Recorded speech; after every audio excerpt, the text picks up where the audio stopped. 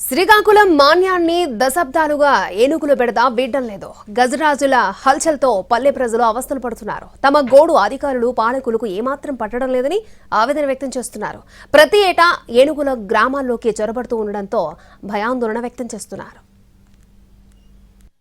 ఉమ్మడి శ్రీకాకుళం జిల్లాని గజరాజులు వణికిస్తున్నాయి. వంగర మండలం మరువాడ గ్రామ సమీపంలో 9 ఏనుగుల గుంపు సంచరిస్తున్నాయి. దీంతో గ్రామస్తులు తీవ్ర భయాందోళనకు గురవుతున్నారు. గతేడాది ఇదే సమయంలో రాజుల గుమ్మడ, వీవీఆర్పేట, తలగాం, మరువాడ గ్రామాల్లో ఏనుగులు వరి, చెరుకు, మొక్కజొన్న పంటలను నాశనం చేసి రైతులకు తీవ్ర నష్టాన్ని కలిగించాయి. రాత్రిళ్లు సమీప తోటలలో తిష్టవేస్తున్న ఏనుగులు గత 2 రోజులుగా జగన్నాథవలస గ్రామంలో వరి పొలాలను ధ్వంసం చేశాయి. వంగర తత్తర మండలాల్లో ఏనుగులు పర్యటన జరుగుతూ ఉంది. దీనివల్ల ప్రజలు భయాందోళనకు గురవుతూ ఉన్నారు. ఇప్పటికే ఏనుగులు పర్యటించిన ప్రాంతంలో వ్యవసాయం పంట నష్టం జరిగే పరిస్థితి ఉంది. జీడి కానీ వరి కానీ ఇవాళ పంటల నష్టం జరిగే పరిస్థితి ఉంది. అలాగే ప్రాణ నష్టం కూడా జరుగుతుంది అని చెప్పేసి ఆందోళనకి ప్రజలు గురవుతూ ఉన్నారు. 7 ఏళ్లుగా వెంటాడుతున్న ఏనుగుల సమస్యకు పరిష్కారం ఎప్పుడో తెలియడం లేదని గ్రామస్తులు వాపోతున్నారు.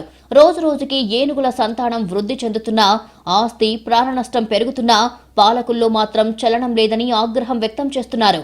కళ్ల ముందే పండించిన పంటలు నాశనమవుతున్నా చేసేది లేక మౌనం వహిస్తున్నారు. విజయనగరం జిల్లాల నుంచి ప్రజలు పడుతున్నటువంటి కష్టాలని నేను ప్రభుత్వానికి అలాగే నాయకులకు విన్నవించుకోవాలనుకుంటున్నాను. పార్వతీపురం మన్యం జిల్లాలో ముఖ్యంగా గత 10 ఏళ్ల నుంచి కూడా ఏనుగుల సమస్య ప్రజలను పట్టి పీడిస్తుంది. అనేక మంది రైతులు ఏనుగుల బారిన పడి మరణించడం జరిగింది. మరి అనేకమైనటువంటి పంటలను నష్టం చేసి తీవ్రమైనటువంటి నష్టానికి రైతులను గురి చేయడం జరిగింది. ఈ ఏనుగుల వ్యవహారంలో ప్రస్తుతం అటవీ శాఖ అధికారులు ఎప్పటికప్పుడు పార్వతీపురం మన్యం జిల్లా అలాగే విజయనగరం జిల్లా వంగర అప్రమత్తం చేయడమే తప్ప దీనికి శాశ్వత పరిష్కారం అనేది చూపించడం లేదు. ఎప్పుడు ఎటువైపు నుంచి ఏనుగులు తరుముకొస్తాయోనని ఏజెన్సీ ప్రాంత ప్రజలు బిక్కుబిక్కుమంటూ బతుకుతున్నారు. దశాబ్దాలు గడుస్తున్నాయే తప్ప తమ సమస్యకు పరిష్కారం దొరకడం లేదని వాపోతున్నారు.